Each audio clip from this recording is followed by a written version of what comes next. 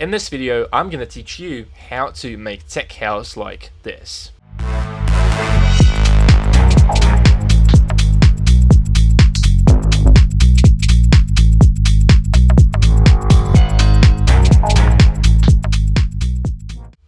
Hi, my name is Vlad, I'm a DJ and one-man band music producer. Do you want to consistently turn your ideas into radio quality tracks, grow a loyal fan base, get heard and change people's lives with your music? To do that, you will need a well-organized approach and a proven system. And I'm gonna help you to turn your passion of making music into real business without spending years on figuring things out yourself. All the links are down below. You can learn more about the program and claim your seat today. So no more talking and let's start with the tutorial. So my first tip for today is to focus on the low end, because tech house is really about the low end, the kick, the bass and the groove. So let me show you.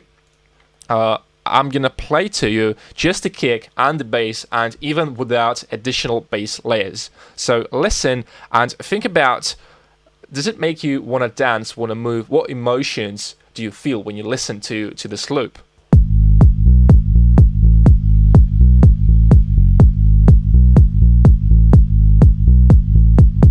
When I'm listening to this loop, it makes me want to dance, it makes me want to move, and that is the key to a good tech house track. You need to learn how to make catchy bass lines, because the bass line is also the main melody and the main hook, usually in many tech house tracks. So the vocal and the bass are the main driving elements. So if you want to learn how to make tech house like the pros, make sure to focus on the bass line first before you start adding other elements, because without the foundation, your track is just not going to work. Your bass line should make you want to move, make you want to dance. So I hope it makes sense. And now guys, let's go to the next step. And the next step is about the groove. Groove is king. So now I'm gonna show you and teach you how to make tech house drums, and I'm gonna break down the pattern I have here. So the first thing is the clap, really basic stuff, just really nice short and snappy clap. I like it. I haven't layered any claps yet. For the hats, the pattern is a bit more complex, but still it's very, very basic. So I have the main hat and the ride, and together they sound like that.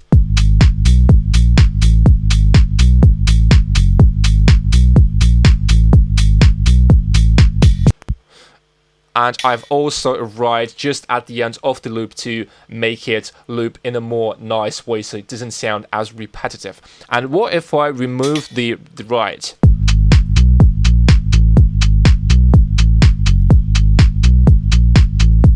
Yeah, it still sounds good. And when you add rides to your drum loop, it adds more energy. And if you want to emphasize a specific part of the track, you can just add rides. It's a really simple technique without, overloading your track. All right, so the next step is the hat, like the groove hat. So listen to it carefully.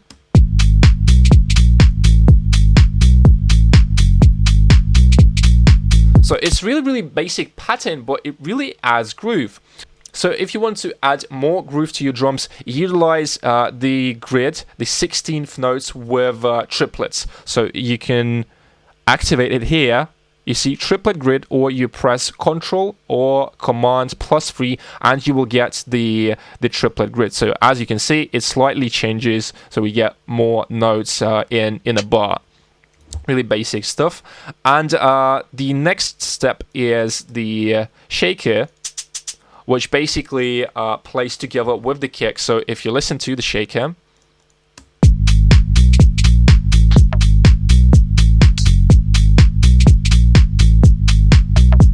and here we have a snare, just to add more groove, more variation to the loop.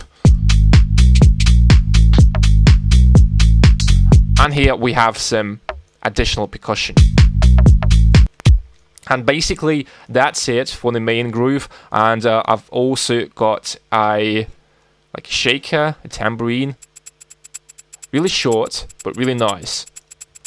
And altogether, the drums with the kick and the bass sounds like that.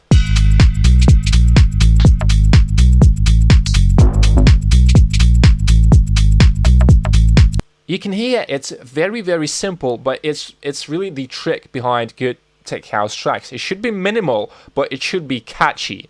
It's sometimes really hard to achieve because it's way easier to add a lot of sounds, a lot of instruments, a lot of elements than it is to make a track that sounds minimal but still interesting. Now let's listen to the main drop. So the main drop, all of the instruments together, they sound like this.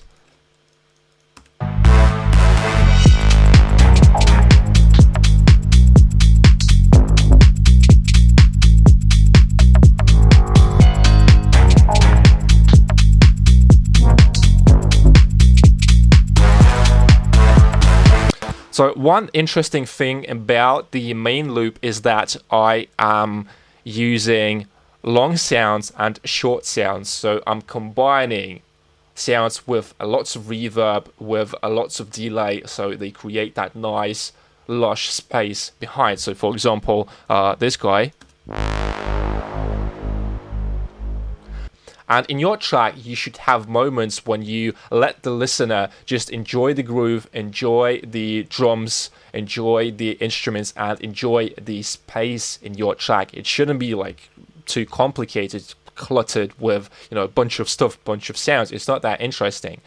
And as you can see here, I have one more guy here. Sounds like this. Just to add more movements to the track. After that, I have a cello.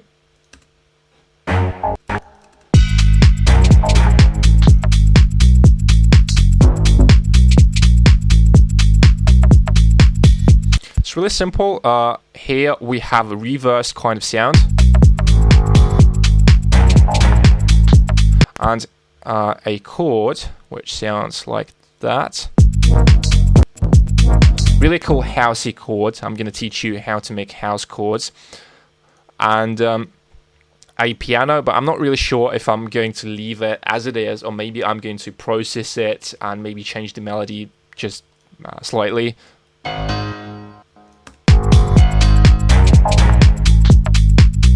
And the final thing is this brass kind of sound.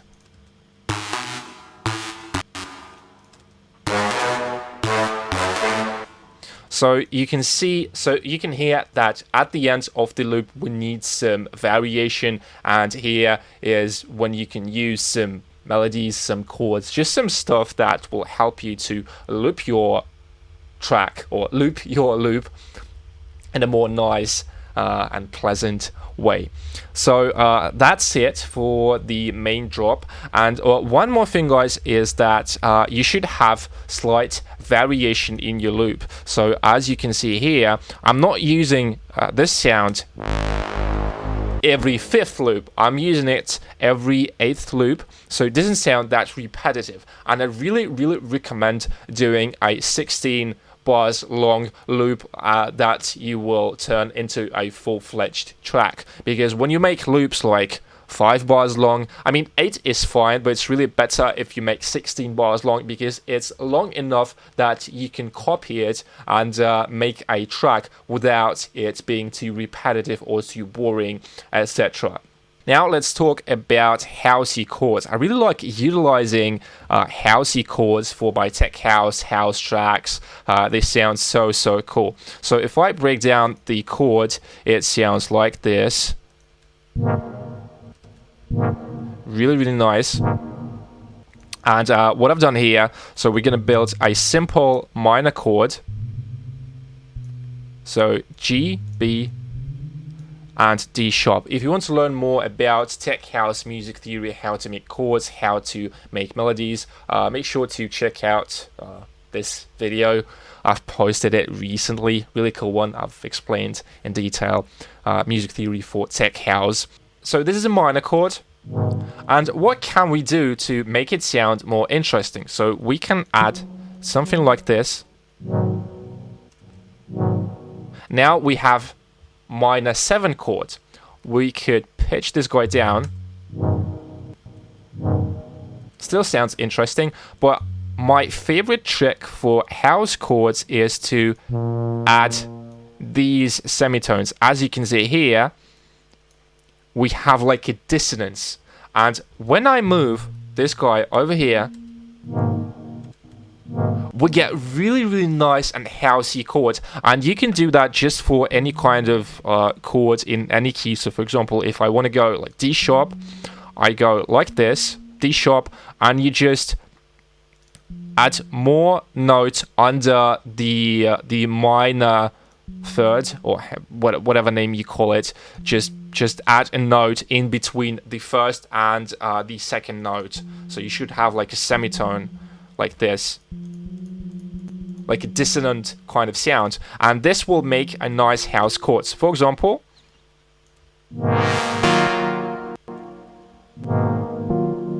it's a really, really simple technique that will make your tracks more housey, more interesting, and I just love using this. So the next step is the arrangement. So let's take a look at the arrangement of this track, and let's pretend that we have a vocal, because I haven't got the vocal for this track yet, but it's in progress, so work in progress. As you can see, the length of the track is 3 minutes, about 3 minutes 30 seconds. And let's break down the arrangement. The arrangement is really simple. We start with the hook. So always keep in mind that you are making tracks for Spotify, and this is why you need to start your track with the hook. So in this example, let's pretend that we have here a vocal, and we start with the bass line, with the drums, just before the pre-build, before the main drop.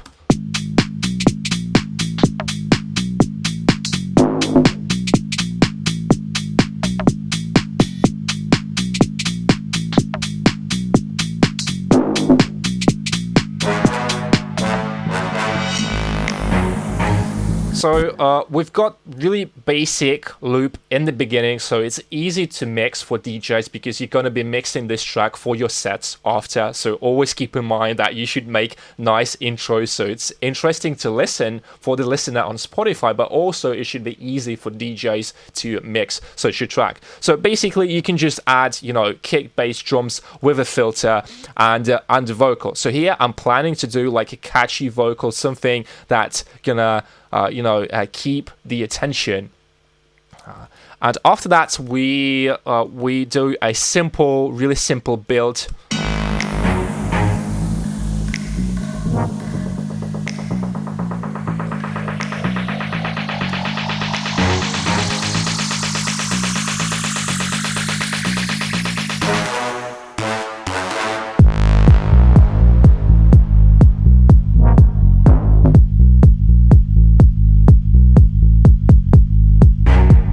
So if you've listened carefully, you can see here that I don't have the drums, and there's a reason for that. You want to let the listener to feel the groove, the low end, just to enjoy the kick and the bass. So sometimes you should just remove your drums and make them want to dance just when they listen to the kick and to the bass. Because if I add drums here, I mean, it's gonna sound cool, but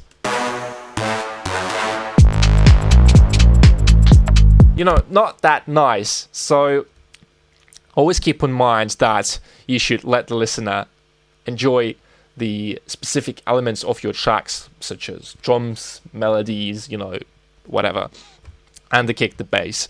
And after that, so as you can see, it's 16 bars. So I'm building my tracks with blocks of 16 bars. So, actually, I think that is 8 bars. Yeah, that is 8 bars.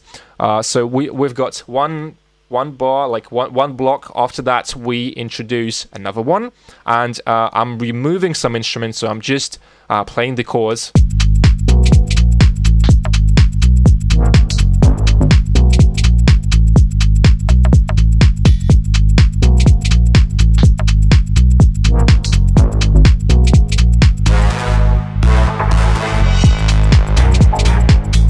So, and here, this is when we start to introduce the main drops, all of the instruments together.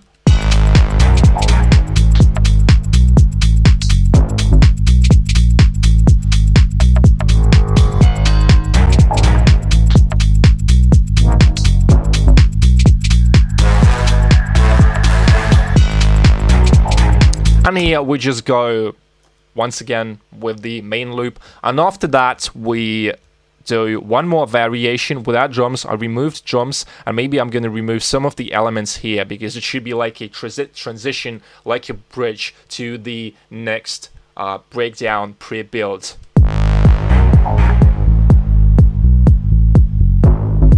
So there's a place for the vocal and maybe for some more instruments. And after that, I've just copied the arrangement, basically almost the same structure. The only variation is here in the second drop. I've added shakers and claps, but not hats. So it sounds like this.